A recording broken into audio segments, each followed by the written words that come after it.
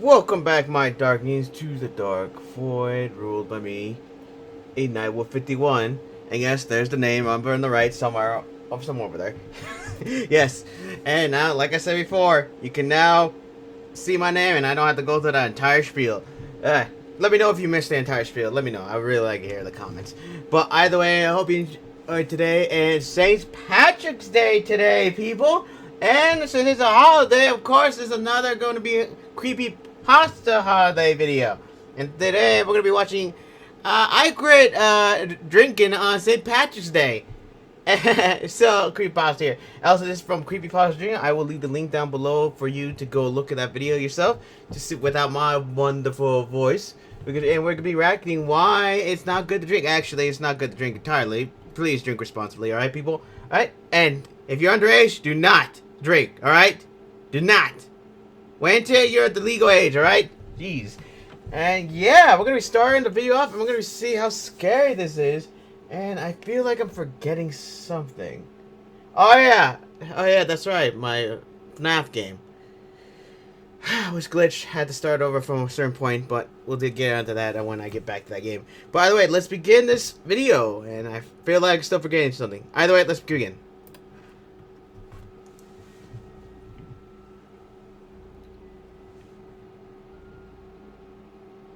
I really like this style right here.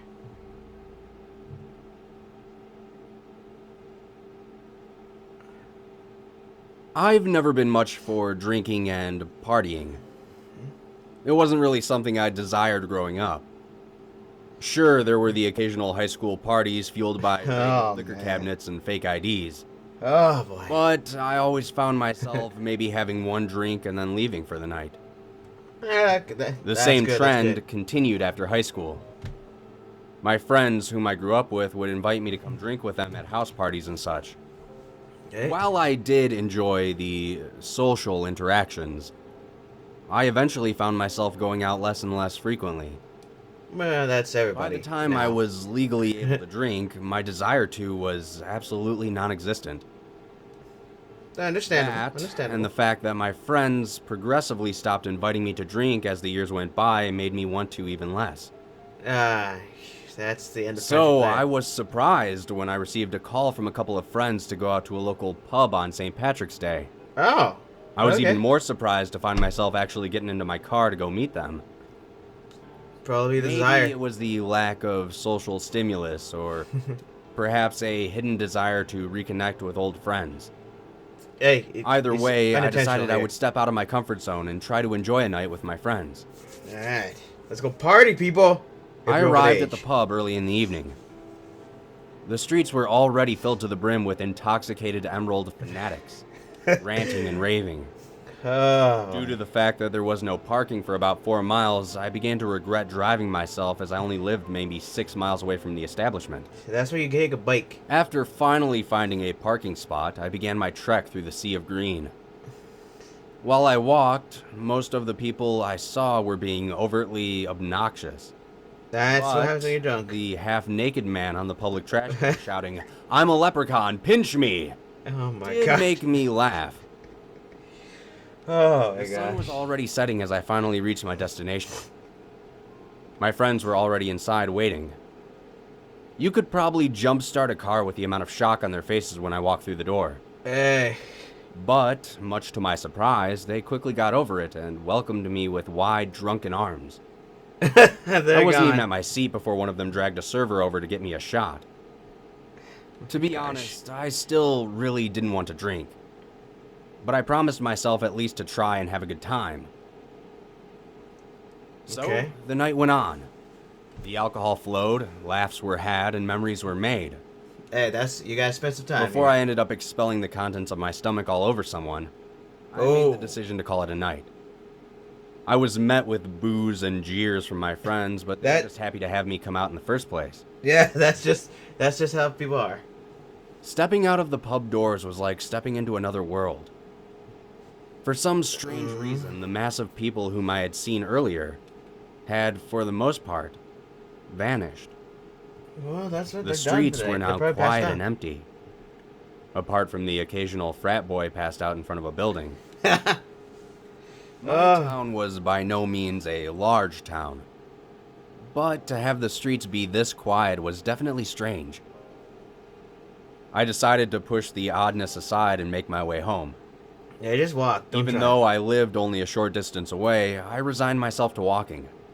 I didn't want to tempt fate by getting behind the wheel. There we go. Smart person right there. The air had a chilling bite to it as I continued my walk.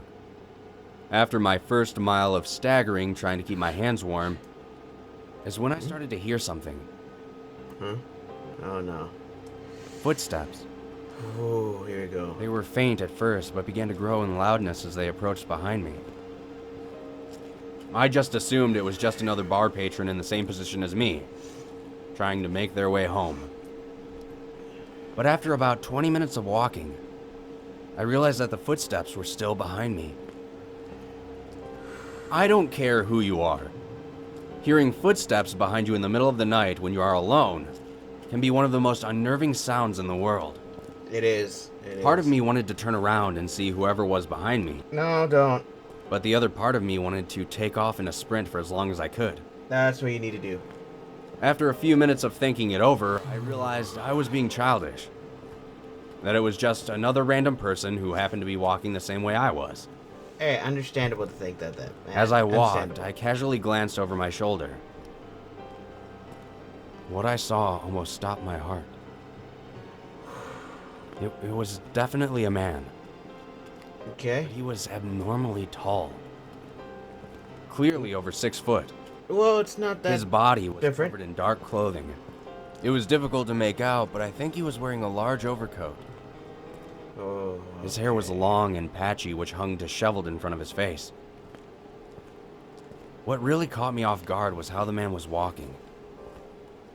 He was lurching forward, letting his arms hang limply in front of him.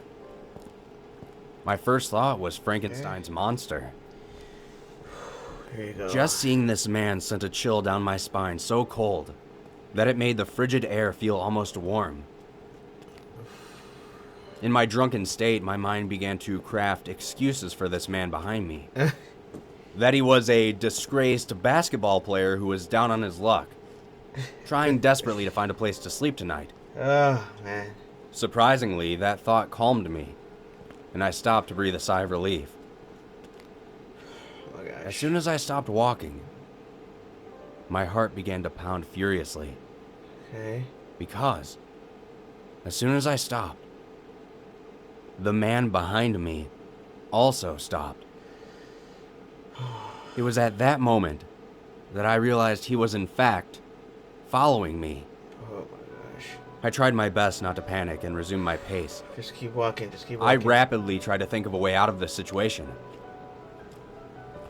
I opted to start running after I rounded the next corner to try and lose this guy. Every time my pace quickened, Dude, is this a bar nearby so you can go into? my turn was quickly approaching. But I couldn't help but wonder if I was going to be fast enough to outrun this guy. Dude, just go into another Especially place. in my current drunken state. This is when you go into another store or I bar rounded or the corner somewhere.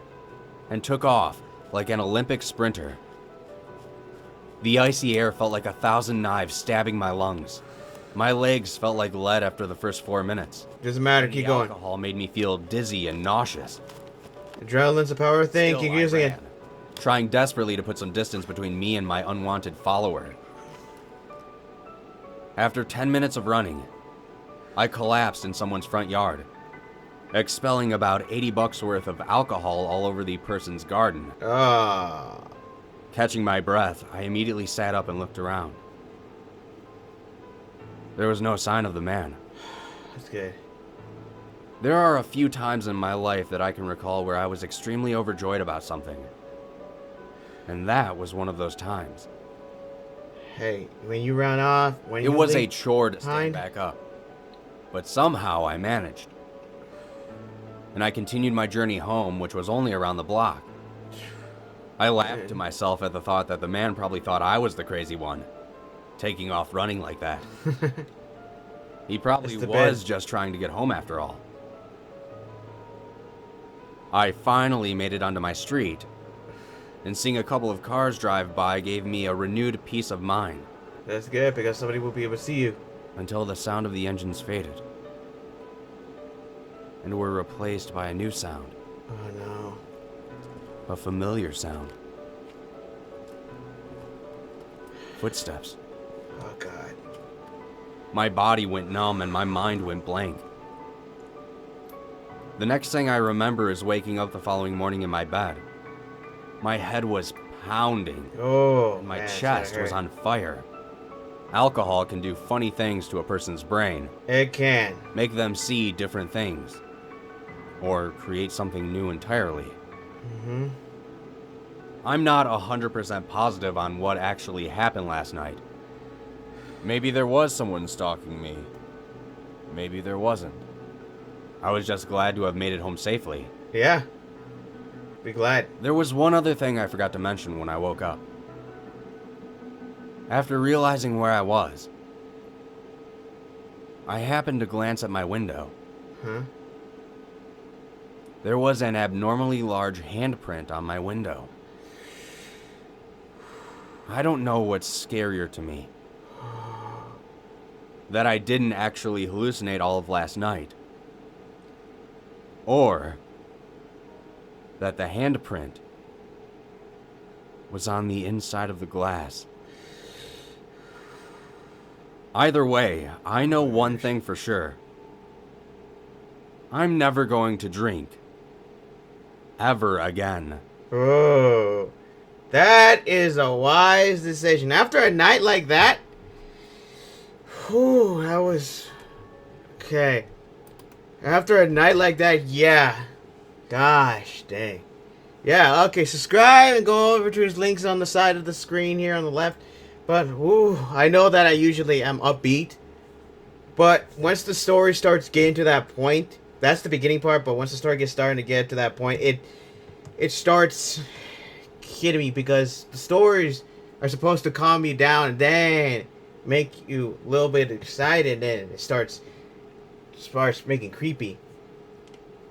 Either way, that was a good story. Now, take that as a lesson, as a warning. Be careful, drink responsibly, and don't, drink responsibly and don't go and don't drink or drive. Alright, people? Okay, but like I say, go to Creppypasta Jr. at Twitter and I guess Facebook. Is that still a thing? And then go subscribe to his channel. He does great stories. I think I listened to him like sometimes back in the day. I don't know what back in the day, man. How am I saying that?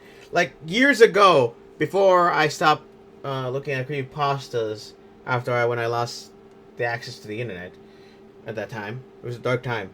But yeah, I hope you enjoyed today's video and hope you enjoyed today's creepypasta St. Patrick's Day video. Like I said, I'm trying to see if I can try to get creepypastas on a regular schedule basis and not just holidays, but trying to figure that out. But either way, yeah, let me know how you felt about that end of the story. Let me know how you felt. Did you feel a chill in your spine? Or were you just distracted by my voice, which I apologize for if you were? Or were you not phased at all? Which I have to say is, man, you are thick of stone, and I applaud your fearfulness. Yeah, I'm still getting chill, but whatever. I hope you enjoyed today's video. Comment down below. And like I said, it's always mandatory. You have to subscribe to join my Dark Army. You have to like the video. You have to share the video. And you have to comment down below. You have no choice as Dark Ruler. As your Dark Ruler, and also anointed myself as your Dark Ruler. If you haven't joined me, basically you have no choice. You have no choice. Alright, for right now, hope you enjoyed today's video, and happy St. Patrick's Day. Right now, my Dark Minions dismissed.